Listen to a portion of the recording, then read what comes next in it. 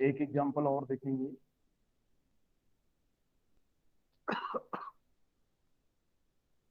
AI coordination compound.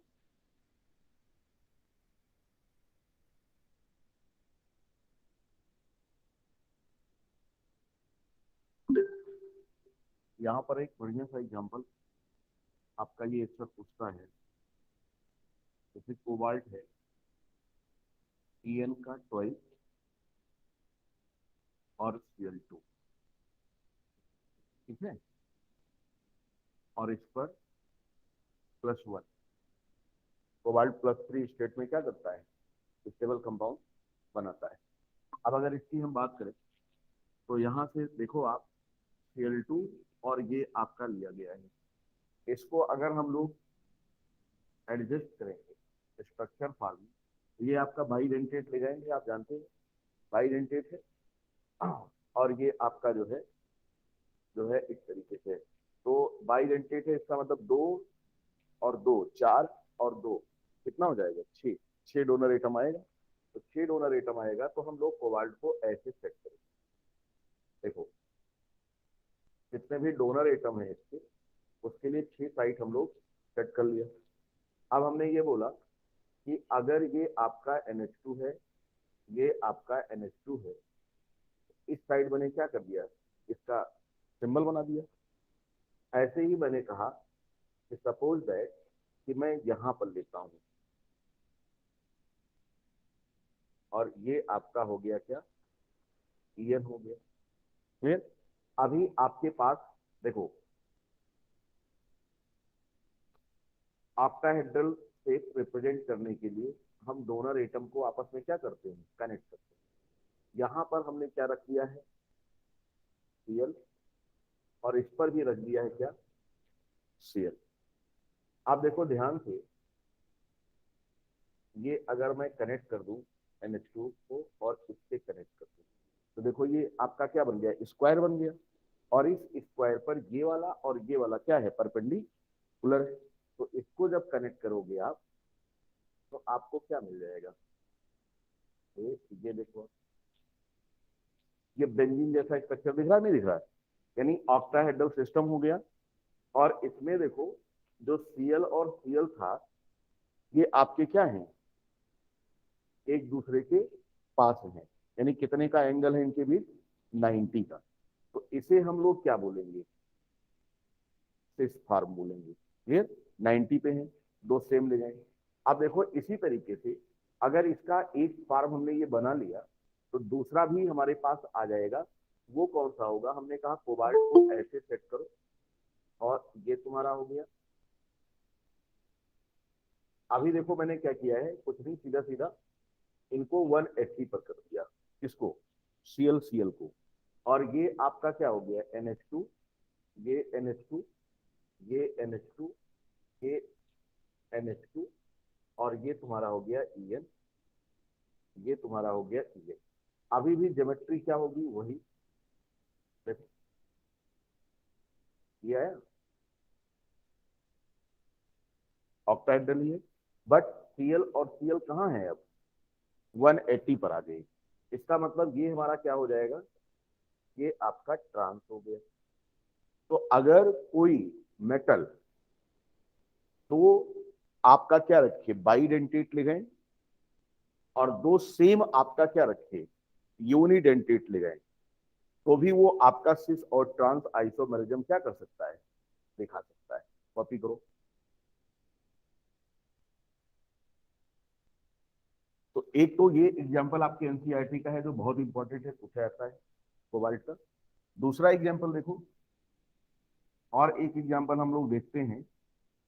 जैसे आपका cobalt का ही एग्जांपल इन्होंने लिया हुआ है, जो फैट और मर का है, ठीक है।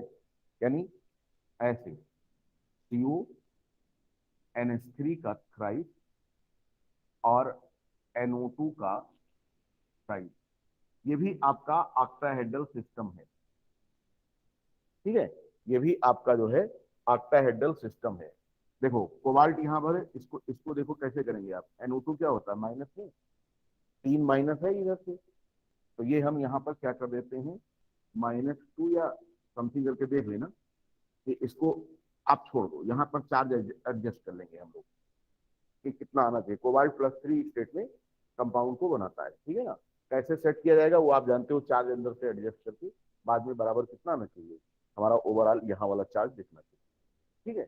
अब अगर इसको हम लोग देखते हैं तो यहाँ पर NH3 और NO2 ये दोनों ही आपके क्या है, यूनिडेंटेट है, यहाँ बाईडेंटेट कोई नहीं है। तो इनको जब आप सेट करते हो तो आप इस तरह से दो एग्जाम्पल, मतलब दो आइसोमर इसके बनेंगे। और वो कैसे हम लोग दिखाएंगे, ये हमारा हो गया कोबाल्ट,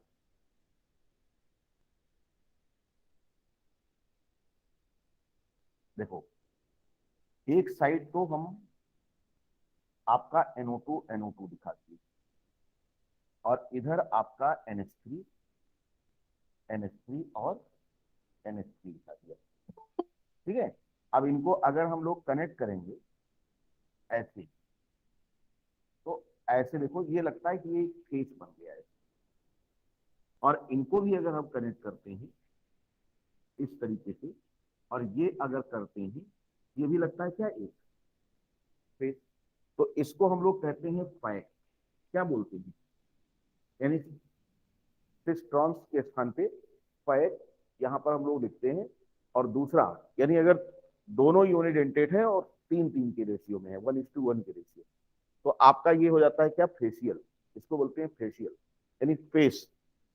फेस का मतलब ये होता है कि चेहरा, चेहरे में अगर कुछ अलग से लगा दोगे तो अलग दिखने लगेगा। तो यहाँ क्या है, एक साइड और ये एक साइड, तो इसको हम लोग कहते हैं पैक। और इसी प्रकार से अगर हम लोग इसको इस तरह से एडजस्ट कर देंगे,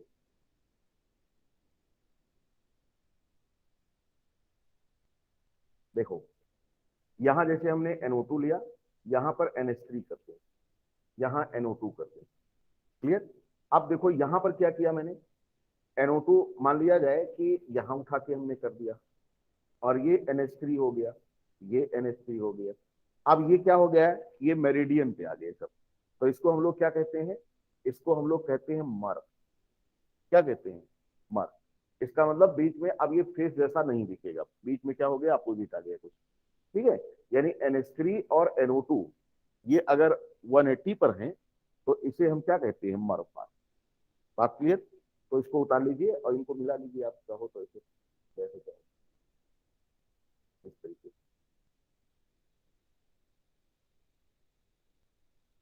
तो ये दो एग्जाम्पल आपके एनसीईआरटी के हैं जो बहुत ही इंपॉर्टेंट है, और इसको ये पूछता है, पैक, मर और आपका इस तरीके से वो वाला सिस्टम।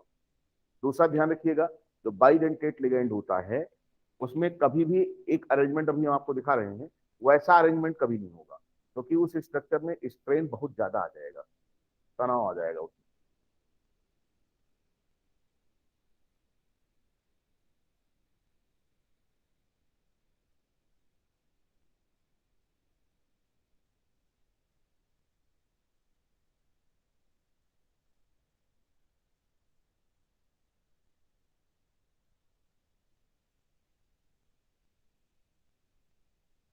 इसके बाद अब जो है हम लोग ऑप्टिकल आइसोमेरिज्म देखेंगे कि ऑप्टिकल आइसोमेरिज्म क्या होती है।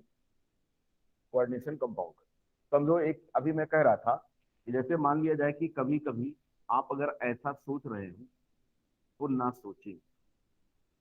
जैसे अगर हम ये करें कि हमारा जो है ये NH2 है और हम NH2 यहाँ लगा दें और यहाँ कहीं ला करके EN कर दें, तो ऐसा नहीं होगा, ये अरेंजमेंट गलत होगा आपका। इसका मतलब कि NH2 और NH2 हमेशा कहाँ रहेंगे, वो एक दूसरे के उसमें होंगे, उनके बीच में कोई तीसरा नहीं आ सकता है। क्योंकि ऐसे में स्ट्रेन जो होगा सिस्टम के अंदर, तनाव बॉन्ड में स्ट्रेन बहुत ज्यादा हो जाएगा और इसकी स्टेबिलिटी क्या हो जाएगी, बहुत कम। इसीलिए ये वाला अरेंजमेंट पॉसिबल नहीं है, ये हमेशा ध्यान रखिएगा कि नहीं तो आप ऐसा भी अरेंजमेंट करने लगे।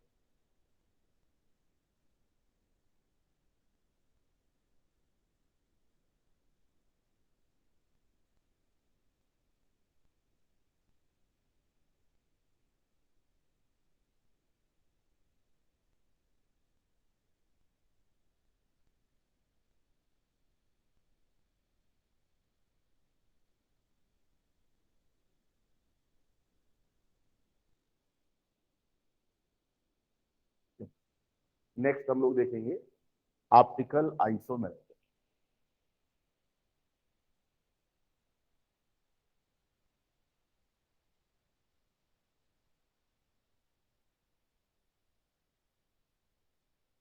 देखिए, compound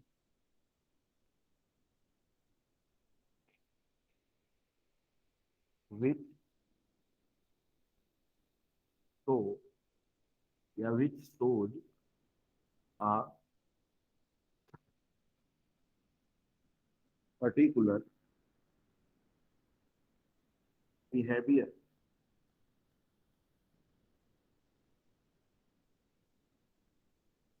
toward plane polarized light, इसको कहते हैं PPA. when it pass through their solution will be optically active। समझो क्या लिखा मैंने, compound which shows a particular behavior toward plane polarized light when it pass through their solution will be optically active। यानी ऐसे compound जिनके solution से यदि PPL पास किया जाए और वो उसके अगेंस्ट कोई पर्टिकुलर बिहेवियर शो करे, तभी हम बोलेंगे कि वो कंपाउंड क्या है आपका, ऑप्टिकली एक्टिव है, अदरवाइज ऑप्टिकली एक्टिव नहीं। क्लियर। अब दूसरी चीज देखो, आप प्लेन पोलराइज लाइट क्या होती है हमें उसको जानना होगा। तो प्लेन पोलराइज लाइट हम लोग कैसे प्रोड्यूस करते हैं।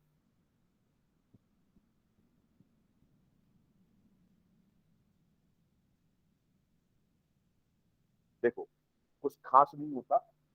जैसे ये आपका है मोनोक्रोमेटिक लैंप हुई, मान लिया जाए कि ये मोनोक्रोमेटिक लैंप है और यहाँ से ये आपका सिंगल कलर का जो है लाइट प्रोड्यूस हो रहा है। ठीक है, यानी इसको हमने लिख दिया है मोनोक्रोमेटिक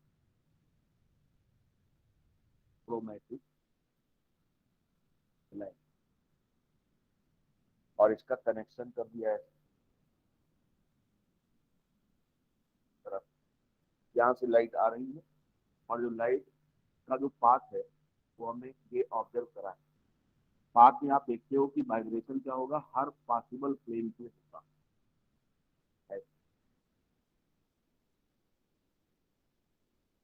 यानी ऑल पॉसिबल डायरेक्शन में वाइब्रेशन आपको देखने को मिल रहा है। तो इसे हम कहते हैं क्या, ऑर्डिनरी लाइट। और ये इसका पाथ है, पाथ ऑफ सोफा। हमने क्या किया, इसको निकाल प्रिज्म से पास किया, यानी पोलराइजर से इसको पास कर दिया, इसको पास कराया ऐसे पोलराइजर से। ये हमारा क्या था, प्रिज्म था।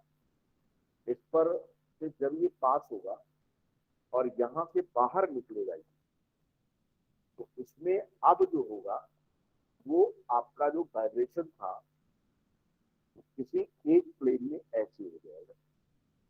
तो ये अभी भी क्या है, इसका पाथ है लाइट का, और इसे अब हम बोलेंगे क्या, पीपीएल, यानी प्लेन पोलराइज।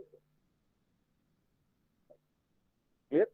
तो प्लेन पोलराइज लाइट कैसे मिलेगी आपको, ऑर्डिनरी लाइट जिसमें वाइब्रेशन ऑल पॉसिबल प्लेन में हो रहा है, अगर उसको हम निकल प्रिज्म से पास करेंगे तो निकल प्रिज्म की ये प्रॉपर्टी होती है क्या, वो वाइब्रेशन को किसी एक प्लेन में बना देता है। और तब ऐसे को हम लोग कहते हैं पोलराइज। पोलराइज क्यों, क्योंकि ध्रुवित हो गई वो, किसी पर्टिकुलर प्लेन में ओरिएंट हो गया उसका वाइब्रेशन, तो ऐसी लाइट को हम लोग क्या बोलते हैं, प्लेन पोलराइज लाइट बोलते हैं।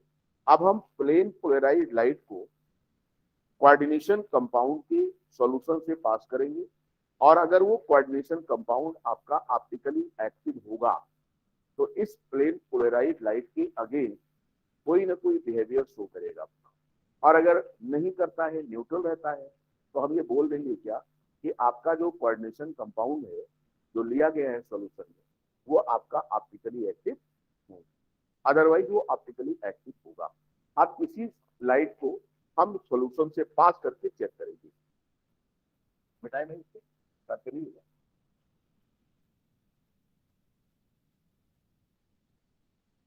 देखो सब, जैसे हमने लिया ये टेस्ट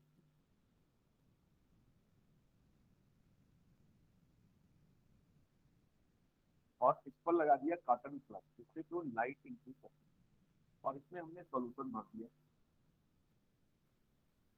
यानी इसमें क्या है, सॉल्यूशन ऑफ कंपाउंड, और इधर से हमने पास करा क्या, CP10। और अगर यहाँ से जब ये बाहर निकले लाइट और इसका जो वाइब्रेशन का जो वो था प्लेन, उसमें वाइब्रेशन थोड़ा सा क्या हो जाए, रोटेट कर जाए। अगर ये ऐसा हुआ, यानी पास से क्लॉक वाइज दिख रहा हो रोटेशन, यानी जो सीधा था वो ऐसे हो जाए, तो इसमें हम बोलेंगे ये जो कंपाउंड है, आपका जो कंपाउंड है, compound is optically active, optically active and rotates the PPL in clockwise direction, hence dextro-rotatory क्या हो जाएगा, ये डेक्स्ट्रो रोटेटरी हो जाएगा। और इसको हम लोग डिसिग्नेट करेंगे स्मॉल डी से या प्लस, ऐसे। फिर दूसरा देखो, हो सकता है कि आपको ये वाला जो रिजल्ट है ये ना मिले,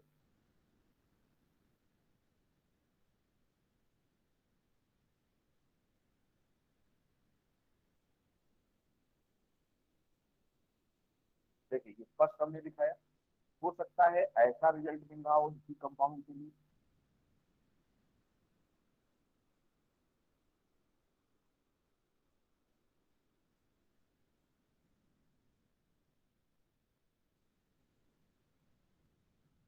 ये आपका पीपीएल, और ये आपका अब ऐसी हो जाएगा, तो घड़ी के चलने की उल्टी दिशा में रोटेट हो गया। तो इसको अब हम लोग क्या बोलेंगे, कंपाउंड इज ओ आई या ओ ए ऑप्टिकली एक्टिव, समझ गए, and rotate the PPL in anti clockwise, hence laevo rotate, laevo rotate. और लीबो रोटेटरी को हम लोग दिखाते हैं स्मॉल एल से या -, ये हमारा दूसरा हो गया, नंबर 2 हो गया।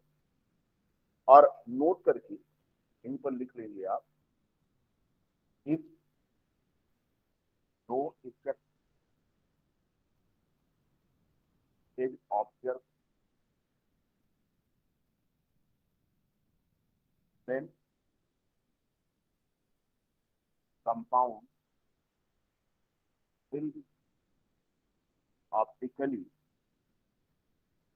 इन एक्ट, यानी सबसे बढ़िया पहचान कि इनका ताजा सोल्यूशन बनाओ और इससे पास कर दो पीपीएल, और अगर ये रोटेट करते हैं तब तो सही सही है। अगर रोटेट नहीं करते हैं तो हम ये बता देंगे क्या है, ऑप्टिकली इनएक्टिव।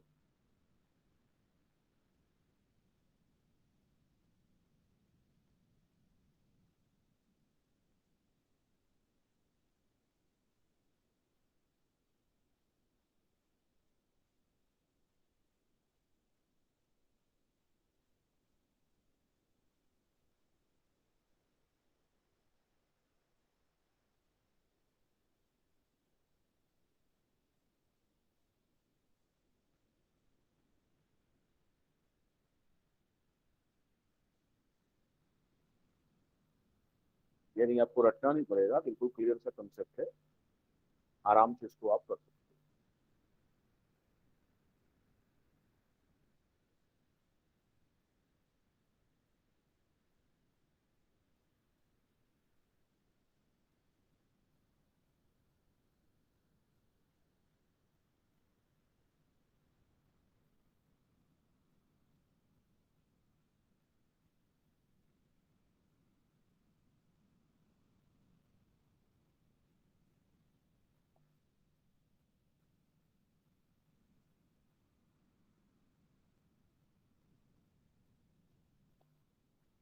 कर लिए।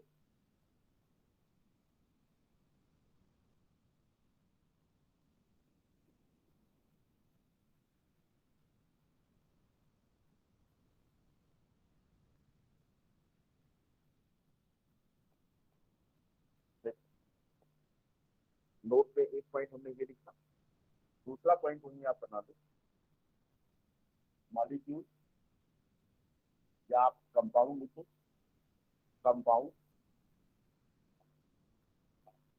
Which has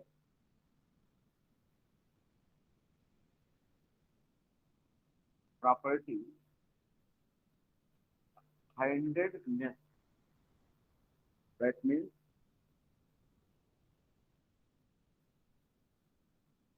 cannot be divisible into two equal half, then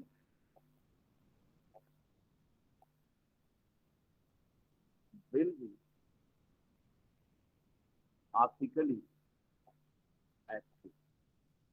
आप देखो इसकी क्यों जरूरत पड़ी हमको, क्योंकि जब आप नीट का पेपर दे रहे होंगे और कोई कंपाउंड आपको दिख गया और आपसे पूछा जाए बताओ ऑप्टिकली एक्टिव है कि नहीं है, आप वही हाल में गुहार लगाना शुरू कर दो कि साहब इसके लिए तो मुझे सोल्यूशन बनाना पड़ेगा, फिर लाइट पास करना पड़ेगा, तो एग्जामिनर क्या बोलेगा, ये सब हम आपको कहाँ देंगे, आप देख करके बताओ कि ऑप्टिकली एक्टिव है कि नहीं है। तो उसके लिए हमें क्या करना पड़ेगा, हमें इसको ध्यान में रखना पड़ेगा, यानी ऐसा कंपाउंड जो हैंडेडनेस की प्रॉपर्टी रखता हो। हैंडेडनेस क्या होता है, आप इसको हैंड से समझो, आप जैसे ये है हमारी हथेली, क्लियर, अगर इसको तुम शीशा दिखाओगे, शीशा में समझते हो ना, मिरर, तो उसमें कौन सी हथेली दिखेगी, ये वाली दिखेगी, यानी कहने का मतलब ये दिख रही है। अब देखो ये दोनों हथेलियां एक दूसरे के क्या है, ऑब्जेक्ट इमेज रिलेशनशिप में। अगर इसको ऑब्जेक्ट मानोगे तो इसका इमेज ये बनेगा, अगर इसको ऑब्जेक्ट मानोगे तो इसका इमेज ये बनेगा, और ये दोनों हथेलियां एक दूसरे के ऑब्जेक्ट इमेज रिलेशनशिप में है। और आप देख रहे हो कि इसको कहीं से भी तो इक्वल में आप नहीं डिवाइड कर सकते। कैसे, जैसे मान लीजिए यहां से हमने चाकू चलाया और काट दिया, अब बताओ जो ये आधा पार्ट इधर आएगा, क्या उसमें एक कनुई अंगुली होगी, कनुई समझते हो ना, कानी अंगुली नहीं होगी, और इस वाले में ये नहीं होगा। इसका मतलब क्या है कि कहीं से भी इसको दो इक्वल में आप डिवीजन नहीं कर सकते। ये दोनों हथेलियां एक दूसरे को क्या रिप्रेजेंट कर रही है, ऑब्जेक्ट इमेज रिलेशनशिप एक दूसरे का बता रही है, और इनको आप दो इक्वल हाफ में डिवीजन नहीं कर सकते, और जबकि दोनों देखने में क्या लग रही है, इसका मतलब क्या हुआ कि इसमें हैंडेडनेस की प्रॉपर्टी। दूसरा देखो, ये दोनों एक दूसरे पर सुपर इम्पोज नहीं हो सकती, यानी ये ऑब्जेक्ट है तो इसका इमेज जो बन रहा है, इस पर अगर आप रखोगे तो सुपर इम्पोजिशन नहीं होगा। सुपर इम्पोजिशन मतलब ये मत समझिएगा कि ये तो हो गया, ये नहीं। क्यों? क्योंकि इसका जो ये वाला था वो आपका इधर था, तो इधर ही इसको भी करो, इसका मतलब ऐसे होना चाहिए था। जब ऐसे करोगे तो फिर समस्या आ गई। सर लेकिन कैमरा में नहीं दिख रहा। हाँ जी, अरे सर आप फ्रेम से बाहर हाथ ले गए। अच्छा, अब देख लो, है, मजा आया। हाँ अब दिखा अब दिखा। हाँ, तो खचुआ बन गया ये, इसका मतलब इनका सुपर इम्पोजिशन संभव नहीं है। तो यहाँ पर एक पॉइंट और हम लोग लिखेंगे,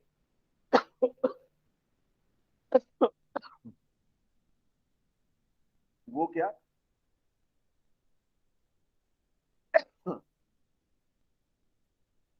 to isomer of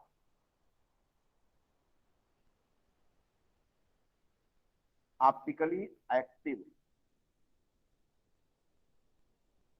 compound, that means D and L,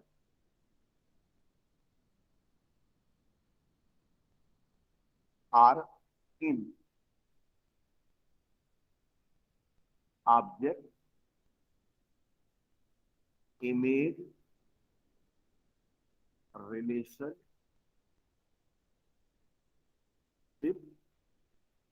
and non super imposable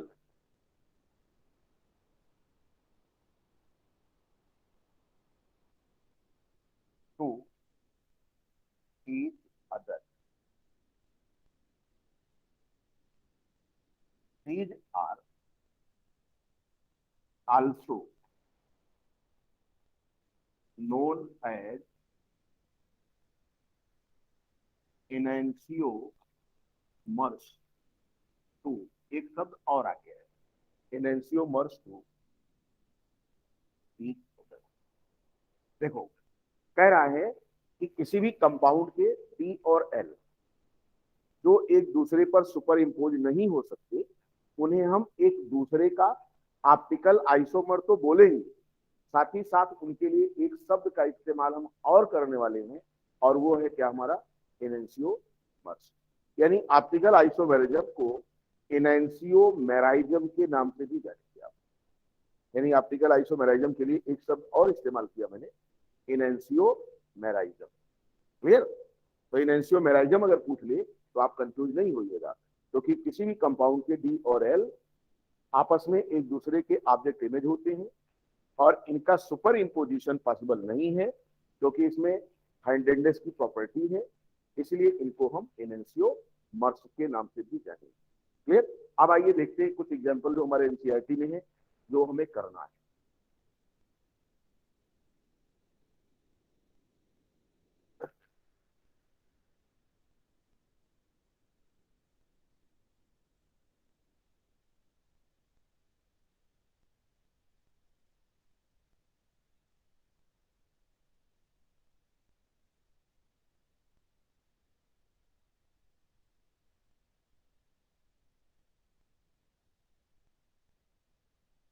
देखो समझो इस चीज को, जैसे मान लिया जाए, ये भी मिटा दें क्या, नीचे नोट कर लिया होगा।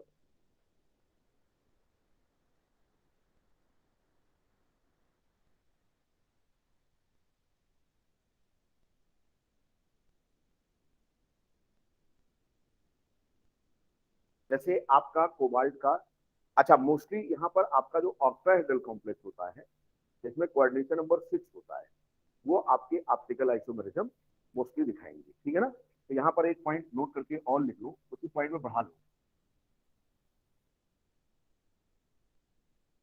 कंपाउंड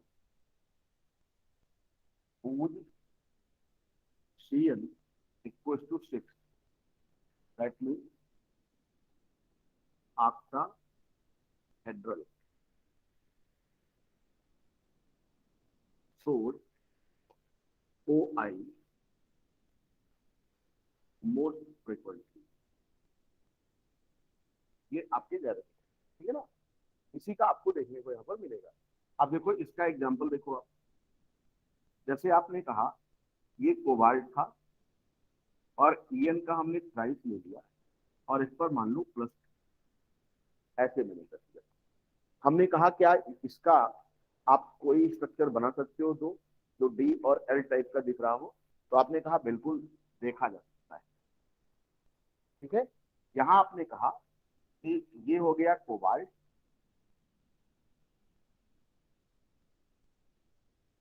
और ये आपका हो गया, देखो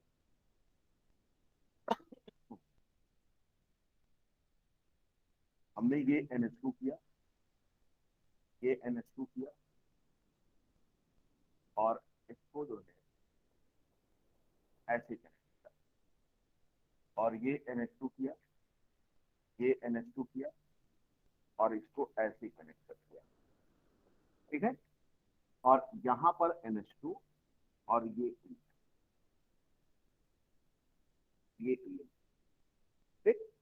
अब जरा ध्यान से देखो,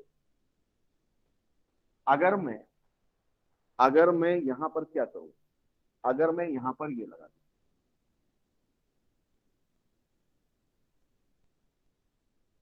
ये लगा दूं, तो क्या ये हमारा दिखेगा?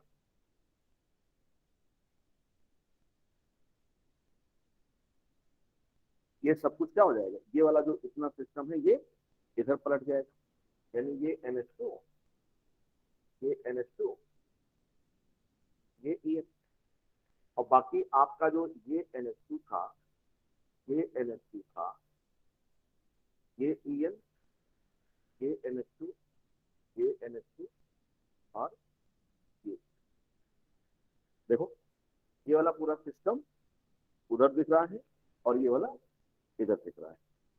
तो ये एक दूसरे के क्या है, ये 1 और ये आपका क्या हो गया, 2 हो गया। अगर ये डी है, अगर ये डी है तो ये क्या हो जाएगा, एल हो जाएगा। स्मॉल डी और स्मॉल एल की पहचान देख के नहीं की जाती है, देख के नहीं की जाती है, ये आप लैब में टेस्ट करोगे। क्लियर? तो यहां पर ये एक दूसरे के क्या है, एक दूसरे के इनैंसियोमर, इनैंसियोमर। ठीक, दूसरा एग्जांपल देखो, दूसरा एग्जांपल आपका यहीं पर देखो एनसीईआरटी का है, प्लेटिनम का। अब प्लेटिनम का ये एग्जांपल बहुत पूछा गया है आपको। ठीक है, देखिए ये है आपका प्लेटिनम +4 में दिखाता है Pc, En का ट्वाइस Cl2 और ये +2, देखो 2 दूना 4 और 2 6। ये आपका ज्योमेट्रिकल आइसोमेरिज्म भी दिखाएगा। क्या दिखाएगा? यही भी दिखाएगा, क्योंकि अभी इसका मैं बनाया हूं, इस तरह से आप बना चुके हैं। तो आइए उसको हम लोग देखते हैं कैसे करेंगे। तो अगर इस ये एग्जांपल क्यों आपसे बहुत पूछा जाता है, क्योंकि इसमें पूछा जाता है total number of stereo isomer. तो ज्योमेट्रिकल भी काउंट होगा और इसका ऑप्टिकल भी काउंट होगा। तो इसको हम लोग बना के देखेंगे। इसको बना लो, फिर मैं बताऊंगा इसको। देखिए कोई भी सवाल आपके एनसीईआरटी से बाहर नहीं आ रहा है, बस जरूरत इस बात की है कि आप एनसीईआरटी को कायदे से देखें।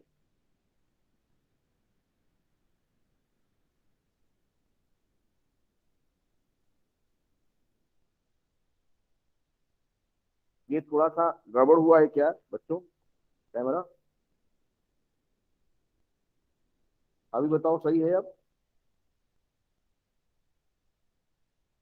क्यों, बोलो।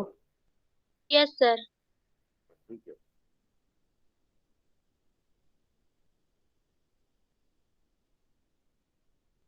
सर कैमरा दूर ही रखा कीजिए, दिखता तो है सही से।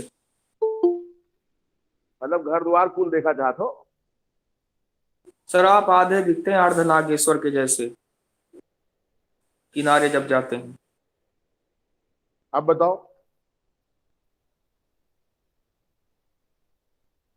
आप देख रहे हैं कि और पीछे करें? उस साइड से पीछे कीजिए ना, ये तो दरवाजे के साइड पीछे हुआ है, जहां आप चलो खड़े होते हैं वहां से पीछे कीजिए। रुको चलो, सही करते हैं। पूरा मजा लेना चाहते हो घर बैठ के, हैं? ये ऐसे हैं कि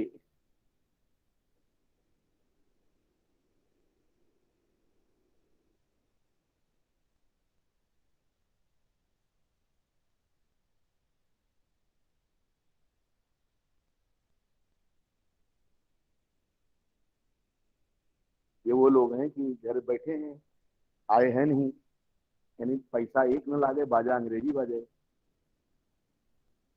हैं? घर बैठ के मजा ले रहे हैं।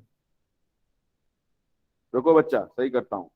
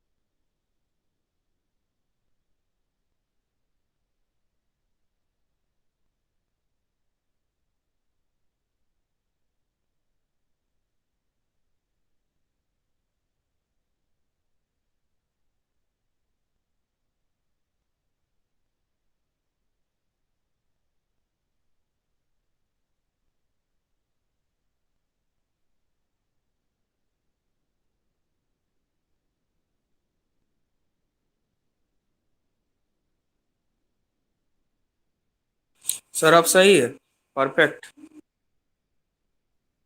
अब तू बंद तो करो, तो हम दिखाए।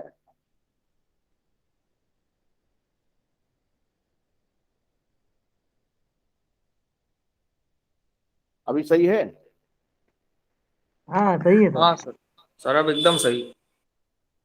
चलो मजा लो।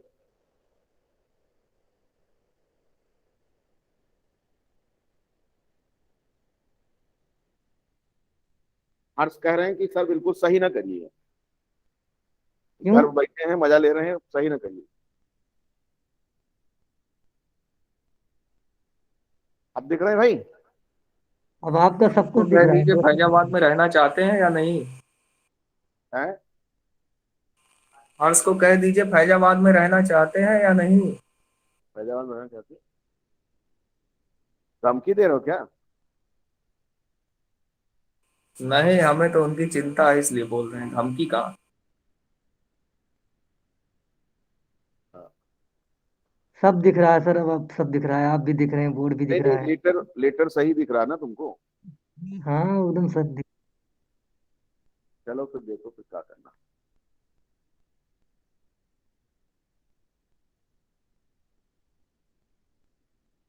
हम्म,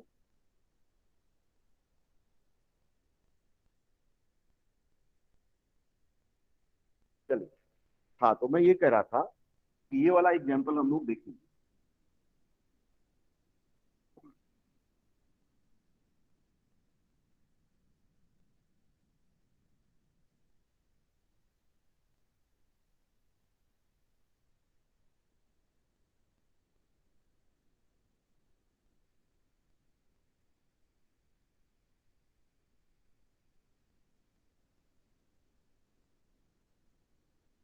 देखो, जो अभी आपका मैंने ये वाला कॉम्प्लेक्स लिखा है, टी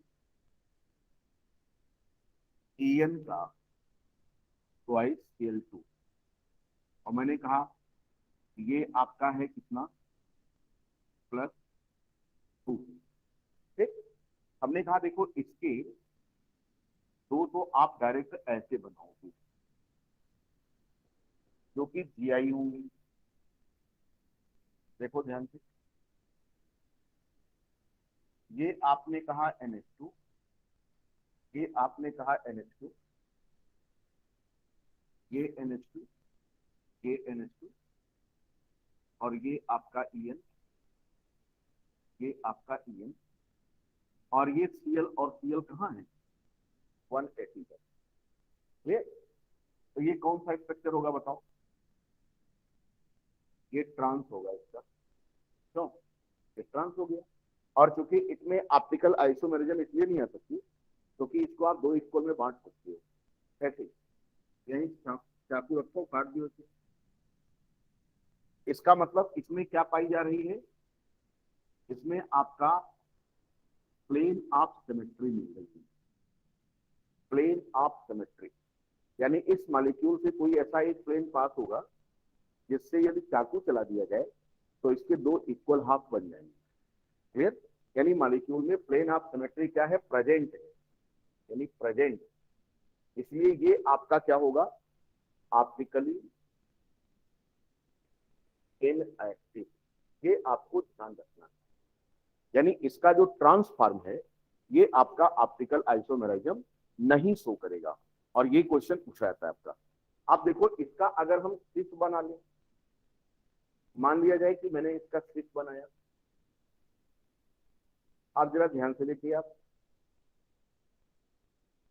हमने कहा ये Cl, ये Cl, ये NH2, ये NH2 और ये आपका En, और इधर से ये NH2 और ये NH2 और ये आपका En। आप जरा देखो ये कौन सा फॉर्म है तुम्हारा, ये है इसका स्विच। क्या इसमें प्लेन ऑफ सिमेट्री मिल सकती है, नहीं, कहीं से भी दो इक्वल में से आप डिवाइड नहीं कर सकते हो, यानी यहां पर प्लेन ऑफ सिमेट्री क्या है, एब्सेंट है। इसका मतलब ये ऑप्टिकली एक्टिव होगा। हमने कहा इसको शीशा दिखाओ भाई, इसको शीशा दिखाओ, शीशा मतलब मिरर, तो आप क्या देखेंगे कि इसको जब शीशा आप दिखाओगे तो ये आपका ऐसे दिखेगा, ये Cl, ये Cl, और आपका जो ये वाला सिस्टम था ये टोटल कहां आ जाएगा, इधर आ गया, देखो, और ये आपका कहां आ गया, ये आ गया। तो अगर ये D है तो ये क्या होगा, L होगा, यानी सिर्फ के दो मिल गए आपके, 1 और 2, यानी कहने का मतलब कि आपके इस कॉम्प्लेक्स के पास क्या मिला, ज्योमेट्रिकल आइसोमेरिज्म भी मिला, और इसके सिस फॉर्म में ऑप्टिकल आइसोमेरिज्म भी देखने को मिला। इस तरह से टोटल इसके कितने आइसोमर मिले, स्टीरियो 3, ट्रांस और सिस के 2। तो ये आपका बहुत इंपॉर्टेंट क्वेश्चन बनता है यहाँ जो पूछा जाता है। आप पूरा दिख रहे हैं भाई, क्यों, अब मजा आ रहा है, देखो दोनों बोलो नहीं, हाँ पंकज भाई जी सर, सही है, एकदम सही है। अरे वाह क्या बात है। तो ये आपका जो है एग्जाम में आ सकता है।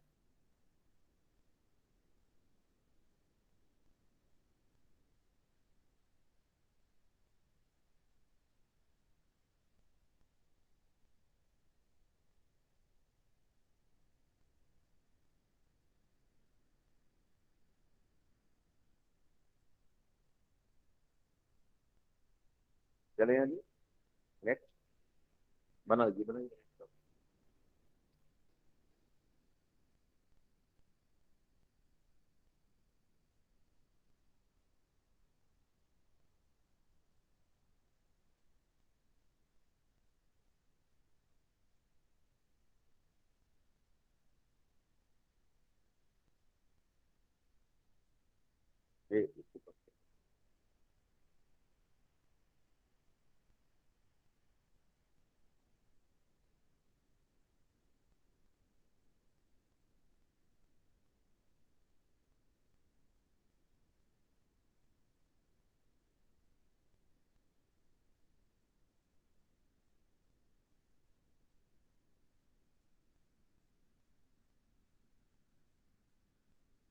चले आगे। अब देखो इसके बाद जो है हम लोग स्टीरियो आइसोमेरिज्म के बाद अब देखेंगे कॉन्स्टिट्यूशनल यानी स्ट्रक्चरल आइसोमेरिज्म।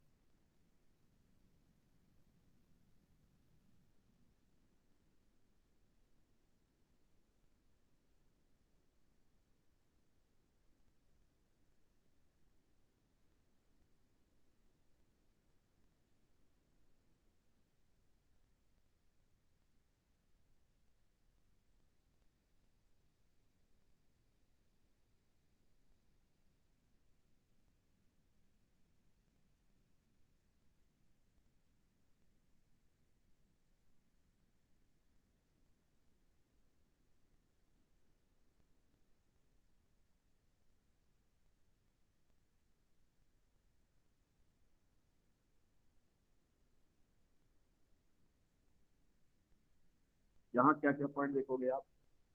मॉलिक्यूलर फार्मूला क्या होगा? सेम। स्ट्रक्चरल फार्मूला क्या होगा? डिफरेंट।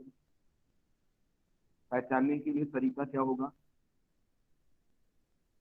आईयूपीएसी क्या होगा? आईयूपैक नेम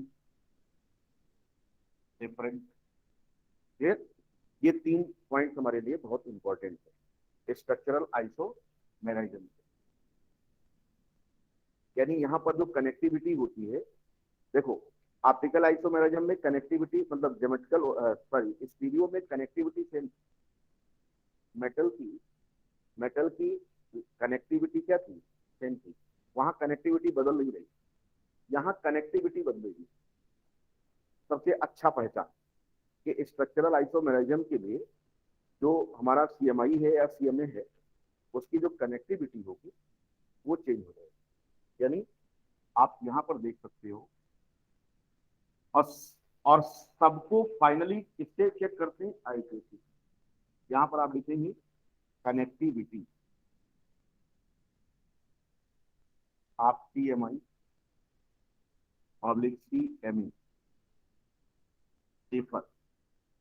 दो कंपाउंड में कनेक्टिविटी डिफरेंट होगी लेकिन मॉलिक्यूलर फार्मूला उनका सेम होगा, वो चेंज नहीं होगा। अब इसके बाद हम लोग देखेंगे कि टाइप्स ऑफ स्ट्रक्चरल आइसोमेरिज्म कौन कौन सा हम लोग देखते हैं। पहला हम लोग देखते हैं लिंकेज आइसोमेरिज्म। दूसरा हम लोग देखते हैं कौन सा? हाँ कैसा? चलो कोऑर्डिनेशन आइसोमेरिज्म। अगला हम लोग क्या देखेंगे?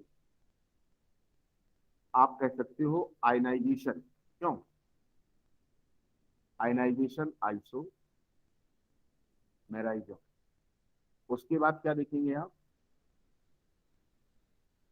आप सॉल्वेशन या हाइड्रेशन आइसोमेरिज्म।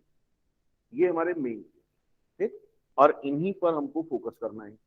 ये होता क्या है? देखो कुछ नहीं होता, बहुत ही आसान तरीके से आप पता कर सकते हो कि इसमें क्या है। ठीक है, देखिए कैसे।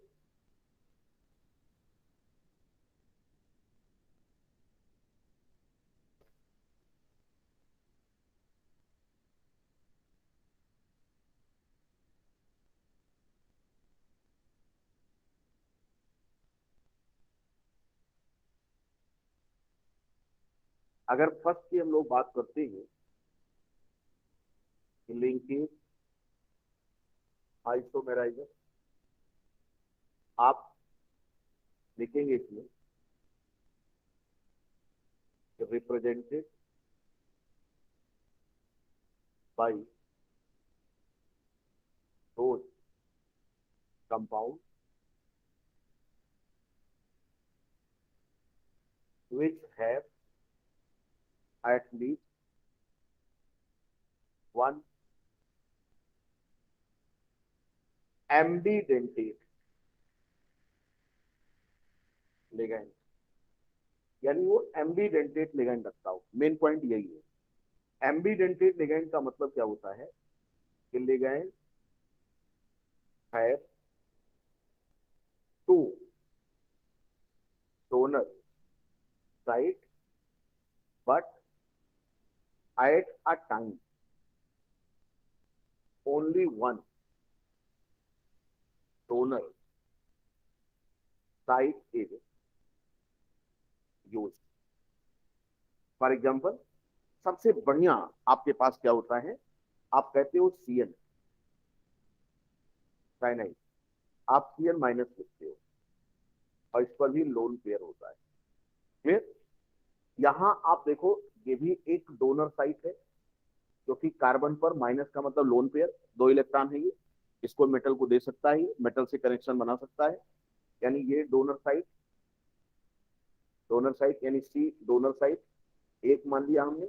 और उसके बाद ये हमारी क्या हुई, ये भी आपका एक N डोनर साइट हुआ, N डोनर साइट, जिसको हमने सेकेंड माना।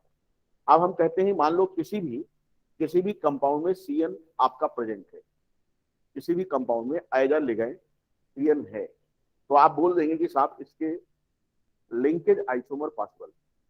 कैसे लिंकेज आइसोमर पॉसिबल है, यानी यहां पर आप कर सकते हो कि मे बी यहां पर M से ये वाला लिंकेज बन जाए, ये वाला, तो एक आइसोमर तो तुम्हारा ये बन जाएगा फट से, और दूसरा अगर आपका ये वाला हुआ तो ये आपका कौन सा हो जाएगा, दूसरा हो जाएगा।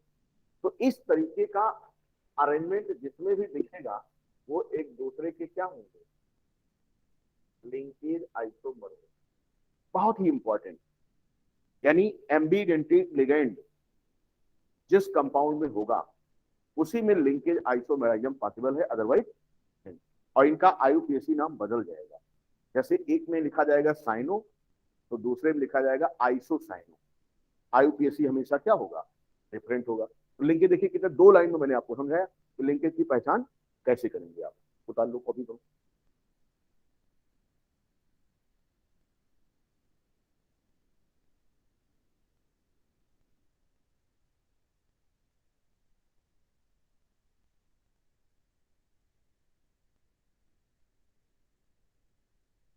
सर कल आप एक बताए थे MCN का होल ट्वाइस लिंकेज के लिए, कौन सा, MCN का ट्वाइस। ये चलो। अरे ऐसे एग्जाम्पल बताए थे, MCN का होल ट्वाइस, हाँ, M और लिखिए। तो उसको लिखने क्या होता है बेवकूफ। अरे सर पहले सुनिए, तो आप तो तुरंत बेवकूफ कहने लगते हैं। बेवकूफ भाई हो, क्या करो, उल्लू कहते हैं तो कहो। हाँ, M तो सर एक बार आप एक में सी साइड से जोड़े थे हाँ दोनों को, हाँ, और एक में N साइड से जोड़े थे दोनों को, ठीक तो है, क्या दिक्कत है। अगर दोनों दोनों आइसोमर थे। C से जुड़ेगा तो नाम में दोनों साइन आइसोमर थे। अगर मान लीजिए एक C से जुड़ा दूसरा N से जुड़ा तो दूसरा भी तो एक साइनो होगा, दूसरा आइसोसाइनो हो जाएगा। एक में ऐसा है कि एक उसमें उसी कंपाउंड में एक C से जुड़ा है और दूसरा उसी में N से जुड़ा है, तो वो पहले वाले का होगा आइसोमर। और क्या भाई, अरे भाई एक में दोनों में बनाइए बनाइए साइनो है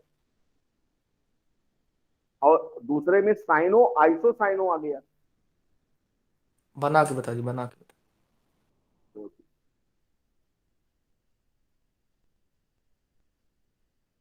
ये लिखोगे और इधर से भी देखो। अभी ये कौन सा है, अभी हमने बनाया नहीं पूरा कंपाउंड क्योंकि ये कंप्लीट है नहीं, तो इसको जब लिखोगे तो डाई साइनो होगा। बोलो, ये आपका हाँ ये लिखा जाएगा, ये डाई साइनो से IUPAC आएगा इसका। अब मान लिया हाँ जाए कि एक आपने किया ऐसे और दूसरा आपने कर दिया ऐसे। हाँ यही। अब आपका ये क्या हो गया, देखो ये हो जाएगा साइनो और आइसो साइनो। तो साइनो डाई साइनो था और ये साइनो आइसो साइनो हो गया, यहाँ लिंकेज ये बदल दिया। ये पहले वाले का होगा आइसोमर, बिल्कुल होगा, क्यों नहीं होगा। लिंकेज होगा। अरे यार, क्यों नहीं होगा, क्यों, सारे लिंकेज थोड़ी चेंज करने के लिए बोल रहा हूँ।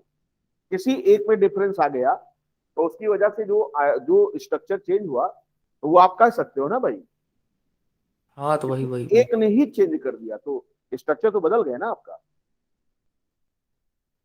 हाँ वही, हम कहे दोनों सेम है तो क्या पता दोनों चेंज करें तभी माना जाए। नहीं नहीं ऐसा, अरे भाई डिफरेंस दिखना चाहिए तुमको आईपीएससी में चर्चा, और हाँ वो सर डिफरेंस जिसकी वजह से है, जैसे कहते नहीं वजह तुम हो, है तो वजह तुम हो, यहाँ पर वजह कौन है, 2022 लिंकेज। को वजह बना आईपीएससी चेंज होने का।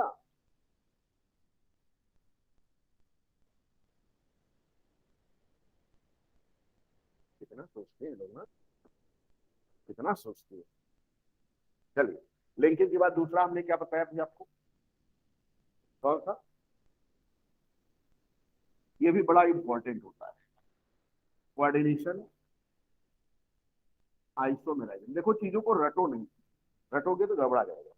ये कहाँ देखने को मिलेगा आपको कोऑर्डिनेशन आइसोमेराइजन में, ये आपको तब देखने को मिलेगा if cationic and anionic both part of a compound are complex ion, then this type of isomerism can be seen। यानी अगर कॉम्प्लेक्स नॉमेनक्लेचर सिखाया था आपको, जैसे याद करो, इसका बढ़िया सा एग्जांपल देखो, हर एक उसका एक पेट एग्जांपल आपको आना चाहिए, तभी आप क्या करोगे चीजों को कोरिलेट कर पाओगे। जैसे मैंने बोला कि देखो ये तुम्हारा है पीटी, और हमने कहा था कि NH3 का फोर्स, और यहां पर दूसरा आपका था पीटी, और Cl क्या था, हमने कहा ये दोनों आपस में क्या है, लिंक है, ये केटाइनिक है और ये क्या है, एनाइनिक है। अब हमने कहा कि एक तो ये बन गया पहला स्ट्रक्चर। अब दूसरा स्ट्रक्चर हम देखो, दोनों स्फीयर में लिगैंड की अदला बदली करेंगे, नहीं समझ पाए, दोनों स्फीयर में लिगैंड की अदला बदली करेंगे, जिससे हमारा क्या हो जाएगा, दूसरा आइसोमर बन जाएगा। तो पहले आप क्या करो, एक एक का एक्सचेंज क्या है, तो हमने ये कहा कि ये तुम्हारा हो जाएगा पीटी, और ये NH3 का थ्राइस, ये Cl, और इस वाले स्फीयर में मैंने भेजा पीटी NH3 और Cl3। आपने कहा हाँ जी सर बड़ा बढ़िया है, बन गया, एक ये भी बन गया, मालिकुलर फार्मूला सेम है, और स्ट्रक्चर क्या हो गया इनका, डिफरेंट हुआ। और किस वजह से डिफरेंस हुआ, डिफरेंट किस वजह से हुआ, वजह तुम हो, वजह कौन सी है, दोनों स्फीयर में लिगैंड की अदला बदली, यानी कोऑर्डिनेशन स्फीयर दोनों है, और दोनों में हम लिगैंड की अदला बदली कर रहे हैं। आप देखो क्या हुआ, आपने कहा कि पीटी NH3 का ट्वाइस और Cl2, और इधर मैंने कहा कि क्या कर दिया, इधर पीटी NH3 का ट्वाइस और Cl2। अब बताओ क्या ये एग्जिस्ट करेगा, क्यों, क्योंकि चार्ज क्या हो गया, सेम हो गया। कैसे चार्ज सेम हो गया, इस स्फीयर में भी दो निगेटिव आ गया और इस स्फीयर में भी दो निगेटिव आ गया, और जब दो निगेटिव इस स्फीयर में और दो निगेटिव इस स्फीयर में, इसका मतलब ये भी +2 पे आ गया और ये भी +2 पे आ गया, तो दोनों गाना क्या गाएंगे कि प्लस और प्लस में मेल नहीं हो सकता, यानी स्फीयर धड़ से क्या हो जाएंगे, अलग हो जाएंगे, और मुझे अलग नहीं करना है, इसका मतलब ये वाला एग्जिस्ट। तो पहला और दूसरा ये एक दूसरे के क्या है, कोऑर्डिनेशन आइसो। उतरिए फटाफट,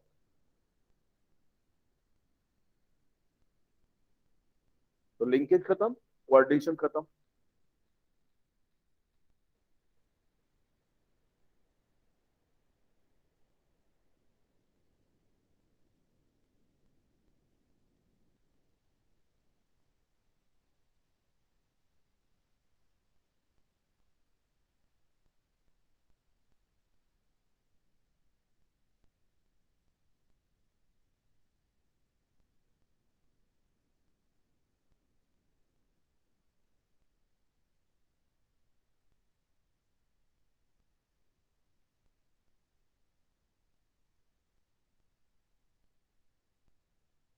कोऑर्डिनेशन कंपाउंड थोड़ा बहुत बड़ा चैप्टर है ना।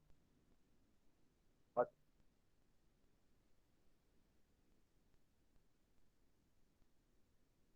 इसलिए ये आपका वेटेज भी काफी कुछ करता है आपके कंपटीशन में।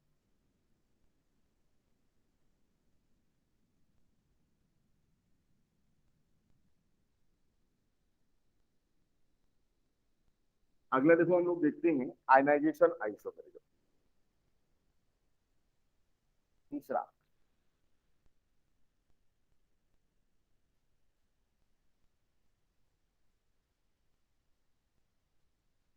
देखो यहां क्या होता है कि two isomer of a compound if produce different ion in solution, then they will be a ionization isomers to each other। ये देखो, यानी ये कह रहा है कि दो आइसोमर किसी भी कंपाउंड का, क्योंकि कंपाउंड सेम है, उसका मॉलिक्यूलर फार्मूला सेम है। अब ये कह रहा है कि इसका स्ट्रक्चर इसलिए डिफरेंट है क्योंकि ये डिफरेंट आयन प्रोड्यूस करते हैं। यानी सॉल्यूशन में जब डालोगे इनको तो इनके द्वारा जो आयन होगा वो डिफरेंट आयन प्रोड्यूस हो रहा है। बात क्लियर? आइए देखते हैं हम लोग कैसे इसको दिखाएंगे, एग्जांपल्स कैसे समझेंगे, क्योंकि थ्योरी तो हमें रटना नहीं है, हमको तो डायरेक्ट समझना है।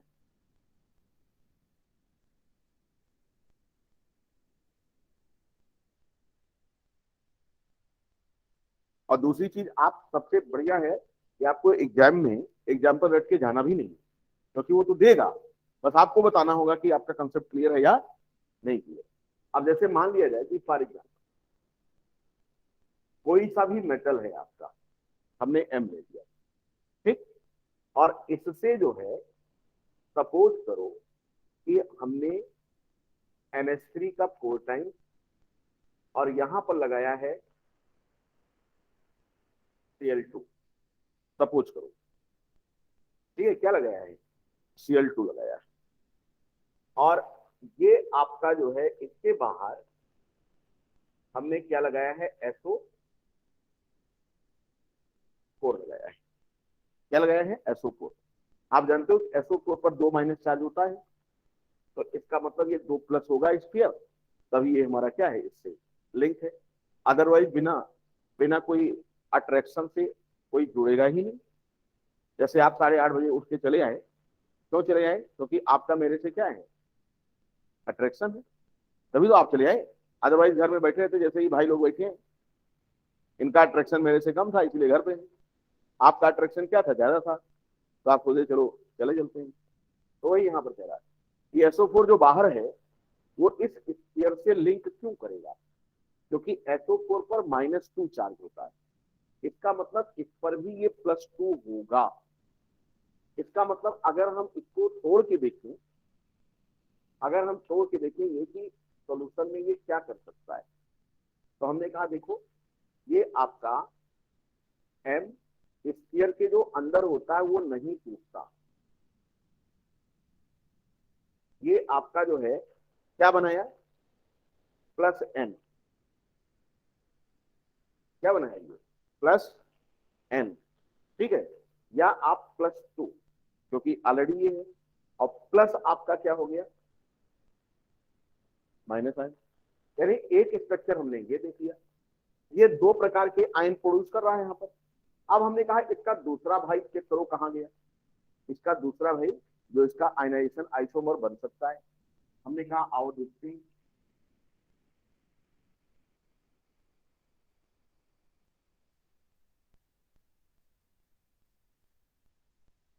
समझो इसी का मैंने दूसरा स्ट्रक्चर लिखा, ये M था, NH3 का 4 था, ये Cl था, और ये SO4 यहां ले आए, और Cl बाहर।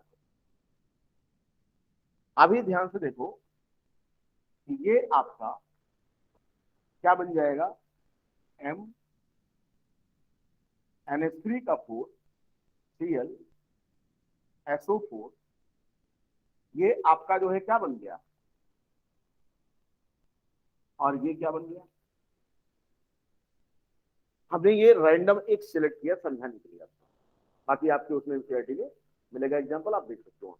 यहां पर क्या हो रहा है, यहां पर आयन तो डिफरेंट हो गए ना। इस सॉल्यूशन में क्या क्लोराइड आयन मिल रहा था क्या, नहीं। यहां पर क्यों, क्योंकि ये स्फीयर से हमने पार कर दिया था, स्फीयर से हमने क्या कर दिया, इसको बाहर कर दिया।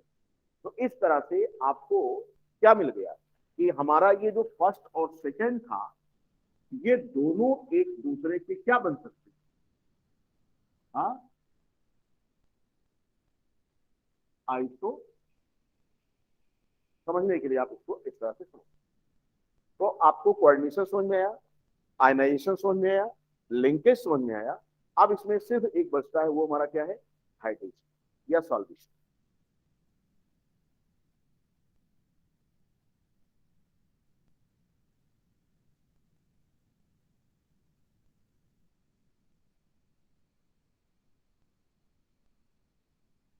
और एनसीईआरटी जो कई लाइनों में कहता है, वो मैं सिर्फ एक लाइन में बोलता हूँ, ठीक है। इसलिए नोट्स आप जब रिवीजन करोगे तो आपके लिए इजी रहेगा।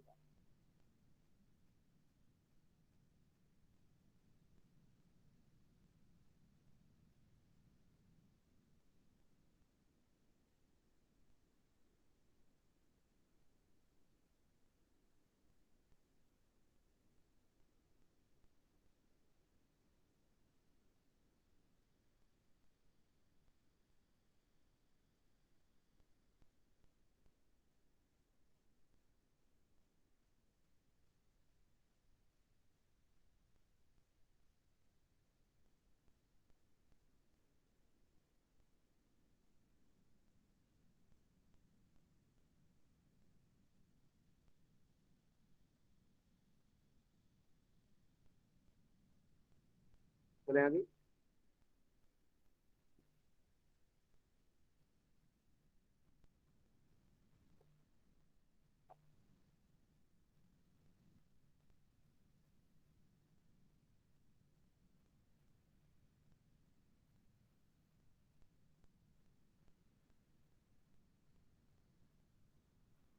हाइड्रेशन या सॉल्वेशन, आइसोमेराइड। इसमें क्या होता है, आप लिखेंगे क्या, कि two isomer which have different number of solvent or water molecule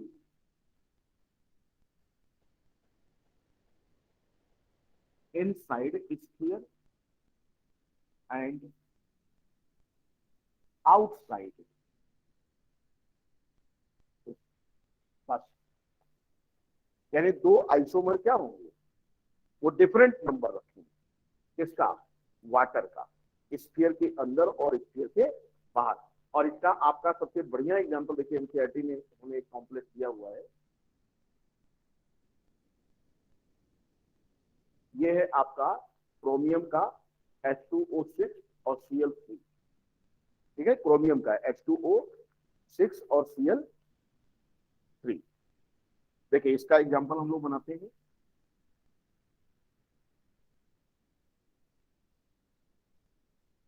H2O6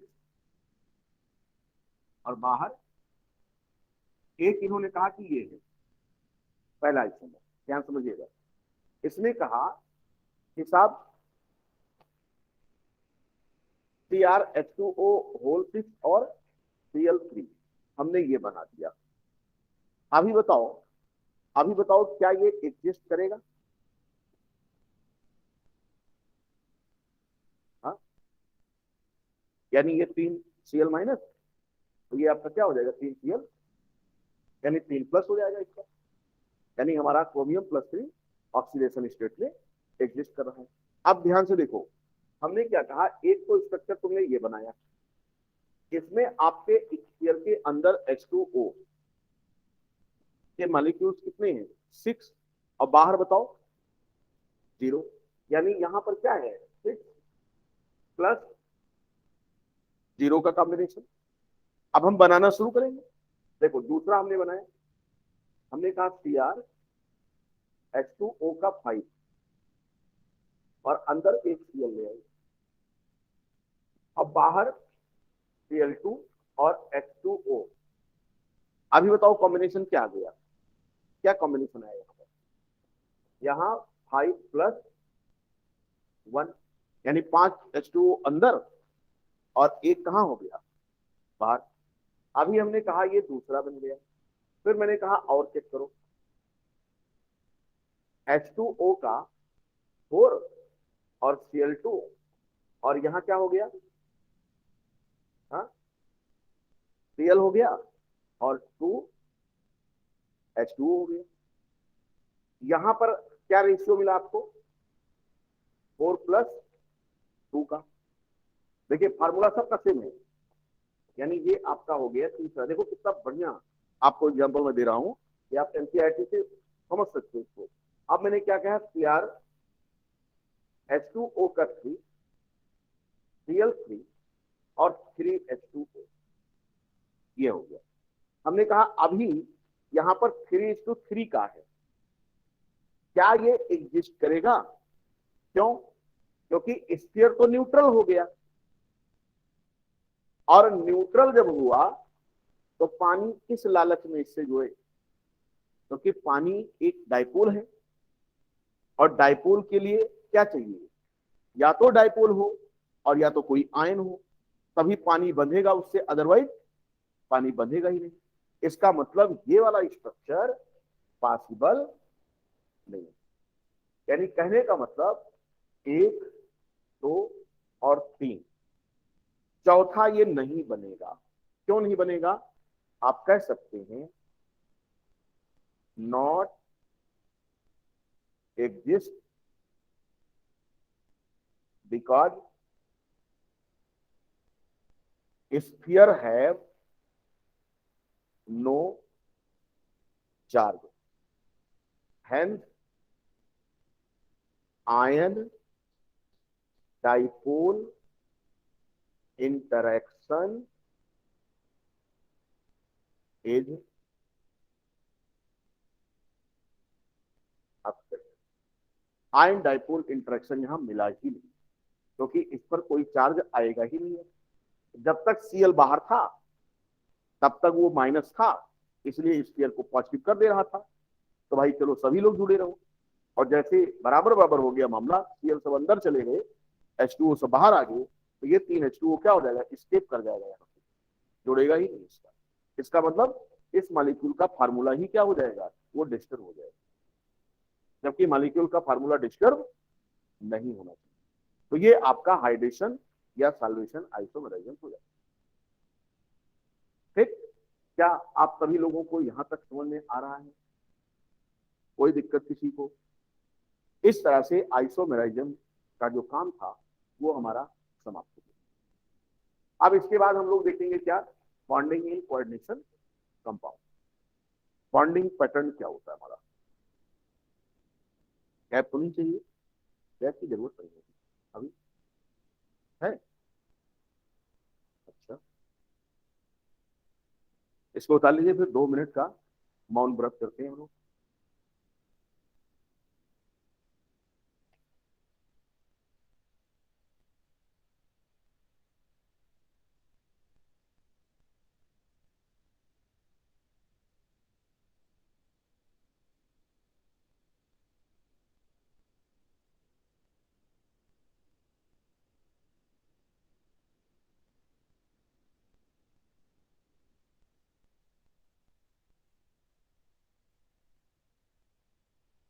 board पर जो मैं लिख रहा हूँ वो बहुत छोटा तो नहीं दिख रहा भाई, कैमरा दूर होने से। नो सर, दिख रहा है बढ़िया। ठीक है, 2 मिनट का कामा फुल स्टॉप, उसके बाद फिर मिलते हैं, कहीं मत जाइएगा, तब तक कमर उमर सीधा कर लीजिए आप।